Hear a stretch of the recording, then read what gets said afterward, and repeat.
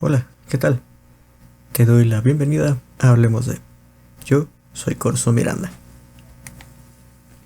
De lo que vamos a hablar en el capítulo de hoy es algo que no estaba planeado, en realidad, para lo que no he hecho guión, porque quiero que sea espontáneo, quiero de alguna forma probar mi punto.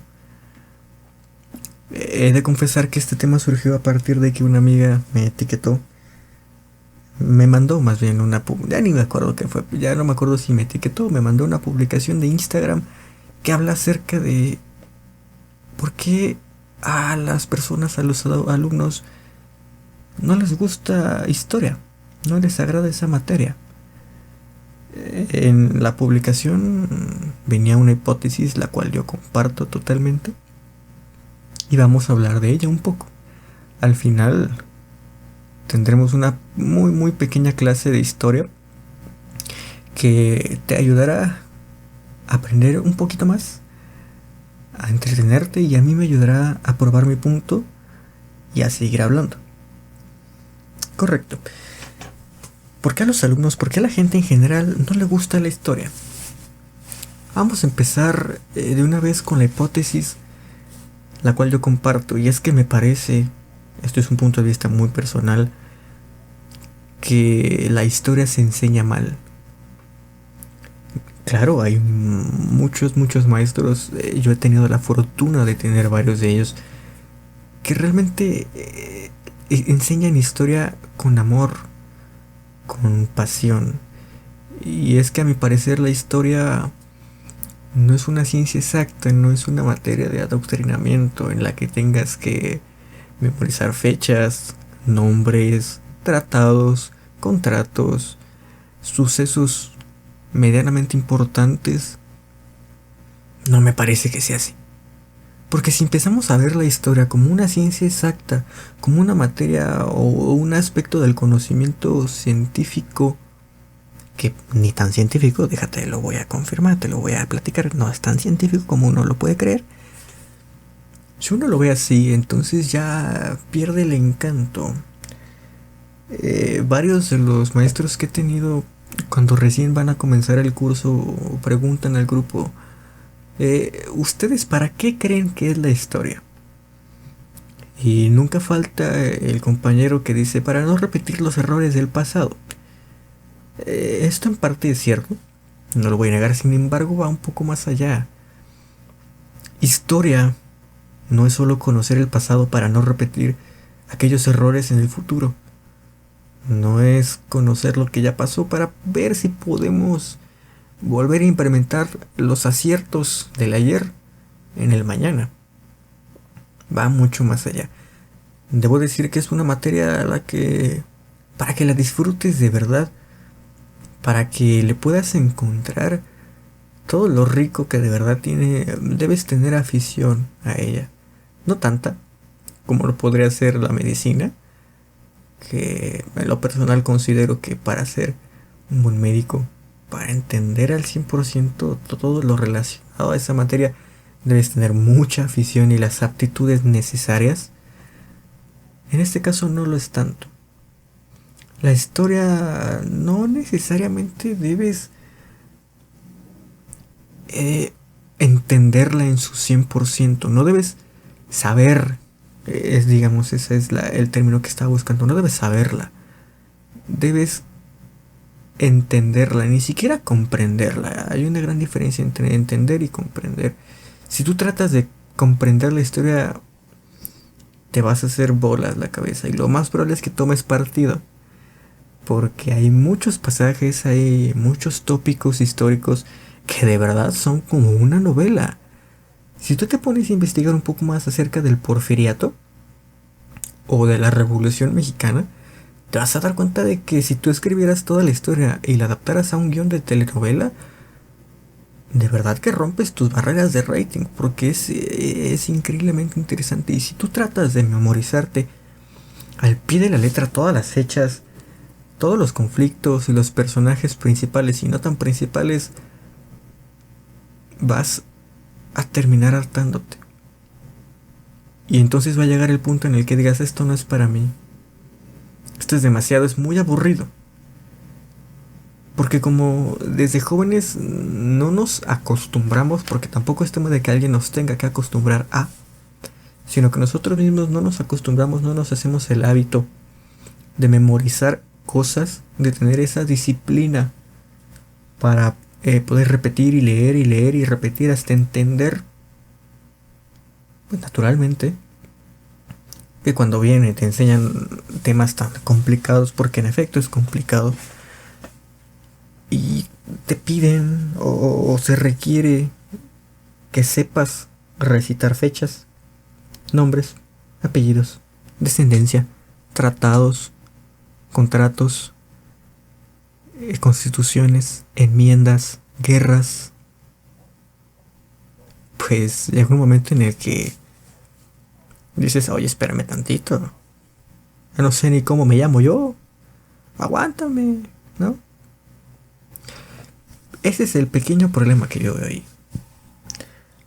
al cual yo ofrezco la solución de que la historia se platique, de que enseñar historia sea una charla con propósito, de que sea una charla con contenido. Los maestros que yo he tenido mismos que han tenido la habilidad, la visión de engendrar en mí y en muchísimos compañeros el gusto por esta materia, han tenido la característica de que ninguno ha usado el pizarrón, a menos de que sea estrictamente necesario. ¿Y para qué es estrictamente necesario utilizar el pizarrón en una clase de historia que se platica? Para el inicio de algún acontecimiento importante, claro, para el final del mismo y una que otra acotación en medio. ¿Sí? La historia se platica. Si cuando tú estás en confianza con amigos, con tus padres, con tu pareja, y le platicas acerca de algo, charlas con él o ella acerca de algo que te causa interés, vas a ver que al final de la conversación ambas partes van a obtener algún tipo de riqueza de la misma. Vaya, ninguno, sobre todo el receptor, en esa conversación no se va a ir con la sensación de que recibió tanto que no pudo quedarse con nada. Cuando yo veo un cuaderno de historia repleto de apuntes, me da flojera. Me da mucha flojera porque pienso, ¿qué tal que el profesor escribió mil y un cosas en el pizarrón, en el pizarrón y solo dijo copien? En la filosofía japonesa, en cuanto a la disciplina, hay algo, discúlpame, no recuerdo la traducción al japonés correcta y si trato de acordarla y la pronuncio mal voy a sentir sumamente, pues mal. Prefiero mejor hablarlo en español y no tratar de traducirlo al japonés, pero bueno, una de las muchas doctrinas y frases que se le inculca, porque no se le enseña, se le inculca a los jóvenes japoneses en cuanto a la disciplina es: usted haga caso. No trate de entender, no trate de cuestionar, solo haga caso. Y si el profesor dice copien, copia. No trates de entender, el profesor no te está diciendo entiende, te está diciendo copia. Y si esto lo pasamos al tópico este de la historia, y el profesor llena el pizarrón de fechas, nombres, y todo eso, y no te dice copia, y tú copias, entonces me parece que estás perdiendo muchísimo tiempo valioso. De una forma muy figurada, ¿no? Porque naturalmente después, cuando tengas tiempo libre en tu casa, puedes releer los apuntes y tendrás muchísimo más material de estudio que quizá algún otro compañero que no apuntó tanto y quizá estuvo más atento a las palabras del profesor o quizá no porque andaba en su burbuja. Pues bueno, ¿no? Es una herramienta de la que puedes disponer después. Perfectamente válido. Cada quien aprende distinto. Pero ¿no te parece que es extraño? Ponte a pensar. Y esto es algo que puede aplicar en todas las materias. Naturalmente hay algunas en donde es necesario, es muy necesario que el método de aprendizaje y de enseñanza sea cuadrado, por decirlo así. Matemáticas, física y párale de contar. Porque la química te da un poco de espacio para la charla, para que el profesor o para que tú hagan como que algún tipo de juego para que la clase sea un poco más amena y que puedas entender con mayor facilidad. La historia es la materia que a mi parecer junto con doctrinas filosóficas o todo lo referente a la filosofía te da más espacio, más oportunidad para que lo platiques e incluso puedes bromear acerca de ello. La historia no es que se tenga, pero sería mejor si se platicara. Si fuera como una charla, si lo tomáramos como una novela muy seria que ya terminó. Muy, muy seria. Hay que tenerle respeto, pero no tanto. Hay que ponerle atención, pero no obsesión. No trates de memorizarte todas las fechas porque no te va a servir de nada. Si tú te aprendes todas las fechas, después no vas a saber ni qué y te vas a confundir entre fechas. Y luego vas a ir diciendo que la guerra de secesión en Estados Unidos comenzó en el 45. Y no. En 1945 fue el final de la Segunda Guerra Mundial. Digo eso porque me pasó en un examen. Sí. Me ha pasado. Entonces, eso se tiene que platicar, se tiene que charlar. Hay que generar el interés en el oyente, en el espectador. ¿Para qué? Para que él por su cuenta, a su ritmo, con sus métodos, investigue un poco más y se meta y vea videos y escuche podcast y lea. Y entonces es ahí cuando realmente la historia entra en ti, cuando tú la buscas, no tanto cuando alguien te la dice. Porque en promedio, el 80% de las cosas que se aprenden en un día se olvidan al siguiente. Entonces hay que volver a aprender ese 80% más el otro 100% que se traducirá en otro 80% del día que estás viviendo. Así que vamos a hacer un pequeño ejercicio, que ni tan ejercicio. Vamos a tener una pequeña clase de historia, aquí y ahora. Se me ocurren dos temas.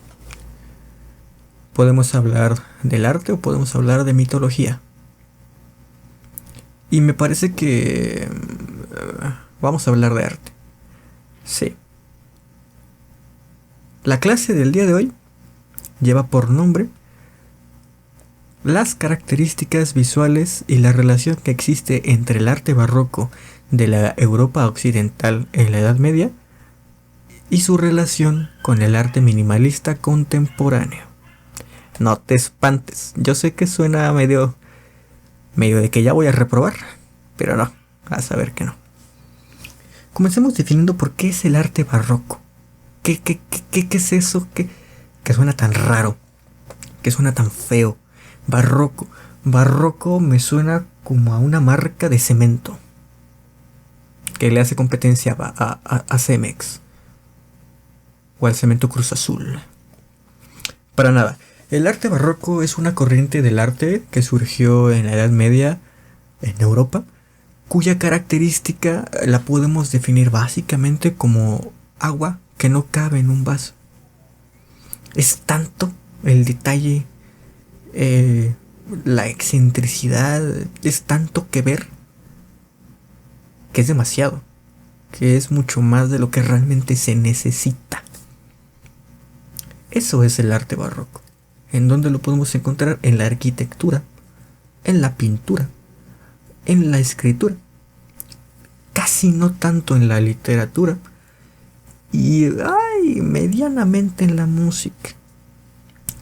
Para que me entiendas, para que yo me pueda dar a explicar perfectamente el arte barroco, o uno de los ejemplos de arte barroco, son algunos edificios del centro histórico de la Ciudad de México.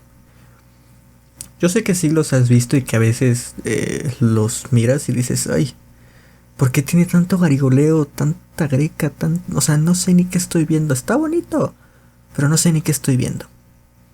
Cuando tengas esa sensación, entonces has de saber que estás viendo arte barroco. Esto se puede ver muy bien en cuanto a la pintura, ya que hubo una época en la que estaba súper en top. Todo lo que era barroco era bien visto, era como de échalo, carnal, véndemelo, ven. ¿Cuánto me cuesta? ¿2 casas? Lo que cuestan 2 casas, sí, échamelo, es más, dame dos, sí. Era muy solicitado la pintura barroca. ¿Qué se pintaba?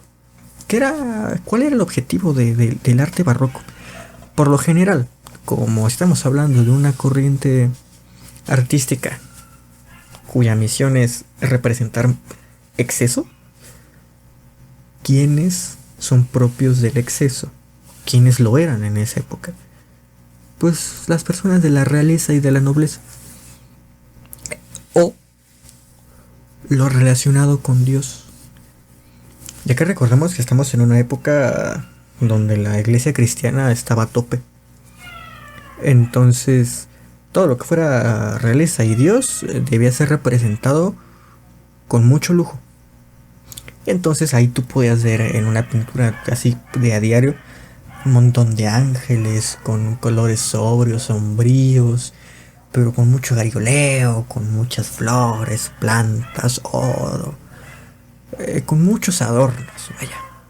Y tú te dabas cuenta perfecto de que era barroco porque tenía demasiados elementos. Tú podías quedarte viendo un mismo cuadro de 60 centímetros por 40. Más de fácil 20 minutos, porque es demasiado que ver. Es mucho, y por lo general los colores que se usaban eran sobrios, eran cafés, ¿sí? Ahora hablemos un poco de el arte minimalista. Hace tiempo se puso mucho de moda, sobre todo en Pinterest. El minimalismo, el hipismo y todas esas corrientes. Y si ya hablamos de que el barroco es el exceso, lo minimalista es lo mínimo. El agua que quede en el vaso sin derramarse, sin siquiera llegar a su tope. ¿Cómo es el arte minimalista? En general, blanco. ¿Cómo es el color del arte barroco? Café o negro. Minimalista, blanco. En cuanto a eso te puedes hacer una idea y ya puedes empezar a diferenciar más o menos en dónde estás parado. Las características del arte minimalista es que, más allá de intentar ostentar en un adorno, intenta acompañar un todo. Cuando tú entres a un lugar minimalista jamás va a destacar el arte. Vaya, destacarán otras cosas. Destacará el todo. El todo como un conjunto, como un grupo que encaja perfectamente con un aire de tranquilidad y de espacio. Si nos referimos en cuanto a arquitectura y pues sí, un poco de pintura. El arte minimalista en la literatura, pues podremos definirlo como algo bien sencillo. No sé si tú eres de las personas que escribe un diario, pero si tú escribes un diario, lo más probable es que no des tanto detalle. Si tú escribes muchísimo detalle y adornas demasiado los versos con los que acompañas tus memorias, felicidades, te felicito porque nada más aprende un poquito más y yo estoy seguro de que serás un excelente o una excelente escritora del barroco. Sin embargo, algo minimalista lo podemos ver en los libros de ciencia de primaria. Si tú te pones a leer un libro de ciencias naturales de primaria, que de tercero de primaria o de incluso sexto, te vas a dar cuenta de que tienen lo mínimo. La menor cantidad de palabras que puedan ser usadas serán usadas. Cosa que contrasta demasiado con la literatura de arte barroco. Algunos ejemplos, Sigüenza y Góngora y Sor Juana Inés de la Cruz. El laberinto en decasílabo de Sor Juana Inés de la Cruz es una barbaridad. Es una cosa impresionante. O sea, se llama laberinto en decasílabo porque, al igual que Rayuela de Cortázar, hay varias formas de leerlo. Cabe aclarar que Rayuela de Cortázar no es del estilo barroco, pero bueno, la forma en la que tú puedes leer el laberinto y su significado cambia de acuerdo a cómo lo hagas, ya sea por párrafos, en diagonal, o vaya, la forma que tú escoges. Entonces, las diferencias son muchas. ¿Y qué los separa? El tiempo, principalmente. Ya que un tiempo estuvo muchísimo, de verdad, muchísimo de moda el barroco en la Europa medieval. Después, con muchas de las crisis económicas y de guerra que este continente pasó, la importancia de los excesos disminuyó y se le dio prioridad al conocimiento. Cuando llega el siglo de las luces, la ilustración, que fue, digamos, el periodo de mayor auge en cuanto al conocimiento,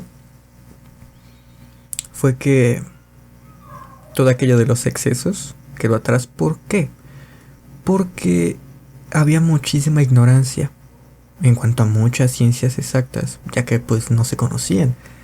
Entonces, al no conocer del mundo, ¿qué pensaban los artistas o qué se quería? Pues bueno, de lo que conocemos vamos a hacer mucho, y para que la gente pueda ver mucho en muy poco.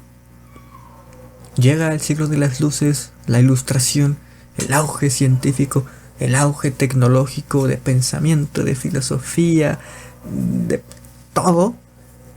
Y entonces hay mucho que ver, hay mucho que aprender. Por lo tanto, existe la oportunidad de crear mucho de mucho y no crear mucho de poco, ¿no? En la actualidad tenemos tanto, de verdad, tenemos absolutamente tanto, que ya no nos llama la atención el exceso y la acumulación y todo eso.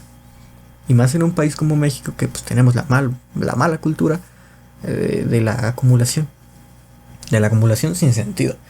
Entonces llama mucho la atención visual la armonía que proyecta un arte minimalista, la sencillez que puede generar una ambientación musical minimalista o un texto que así lo sea. Ok, entonces recapitulemos un poquito, clase. ¿Qué es el barroco? Es una corriente artística cuya frase que más se le puede, o con la que mejor podemos representarla o explicarla, es agua que rebosa un vaso.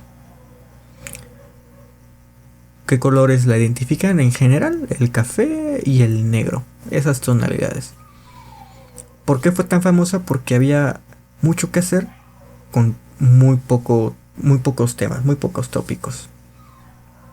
Algunos ejemplos, pues distintos edificios del centro histórico de la Ciudad de México, algunos textos de Sigüenza y Góngora y de Sor Juana Inés de la Cruz, y la mayoría de pinturas donde veas muchos ángeles o reyes con muchísimos lujos. Bueno, eso, sí, eso. Ahora, ¿qué es el minimalismo? El minimalismo es el arte de lo poco. ¿Qué frase se le puede atribuir? El agua que no llega al tope de un vaso. ¿Qué colores le representan? En general, el blanco o la escala de grises. ¿Por qué es tan famoso? Porque es armónico con el todo. Algunos ejemplos de arte minimalista. Bueno, el Museo Sumaya es arte moderno, pero también tiene influencias minimalistas, ya que tú lo ves, el Museo Sumaya, y dices, wow, esto es tan simple, pero a la vez tan moderno, y sin duda encaja con el todo que son sus alrededores. Yo quisiera que pa' tus adentros dijeras si tengo razón o no. Hablamos de un tema sumamente complicado como lo puede ser el arte medieval, que A mí me rompió la cabeza muchísimas veces tratando de entenderlo, pero he tratado de platicártelo. No he tratado de decirte nombres, fechas o detalles de suma importancia o de importancia media, porque lo esencial para que tú puedas identificar estas corrientes es lo que hemos platicado. Si yo me hubiera dedicado a decirte pues todo lo que ya mencioné anteriormente, quizá habría dicho, ok, y luego, cuando yo me encuentre una de esas pinturas, ¿voy a saber reconocerlo? Probablemente sí, si me dicen el autor, si me dicen en qué fecha fue creado, ¿no? Quizá tú seas una persona sumamente talentosa para recordar y asimilar todo ese tipo de detalles. En caso de que así lo sea, te felicito y puedo decir que te tengo envidia. Pero si no lo eres como tu servidor, me parece que esta forma de aprenderlo te puede resultar un poco más interesante, más divertido. Y yo espero que mira, fíjate, según yo, y esto iba a ser un episodio corto, pero ya llevo un montón. Aquí le voy a parar ya, porque si no me sigo hablando. Muchísimas gracias por quedarte hasta aquí. Espero hayas aprendido, espero hayas... si no estás de acuerdo con mi forma de ver las cosas, está perfectamente ok. Me agrada mucho que haya diversidad de pensamiento. Solo quería compartirlo. Y de verdad, si es que el tema del arte del que hablamos, la clase del día de hoy, te ha gustado, yo estaría más que encantado de saberlo. Y si no me lo quieres hacer saber, no hay ningún problema. Ya sea que te haya gustado o que no te haya gustado, porque es perfectamente válido. Pues yo lo único que quiero es que lo pienses. Esto ha sido todo. Acabas de escuchar la voz de Corso Miranda y esto ha sido Hablemos de...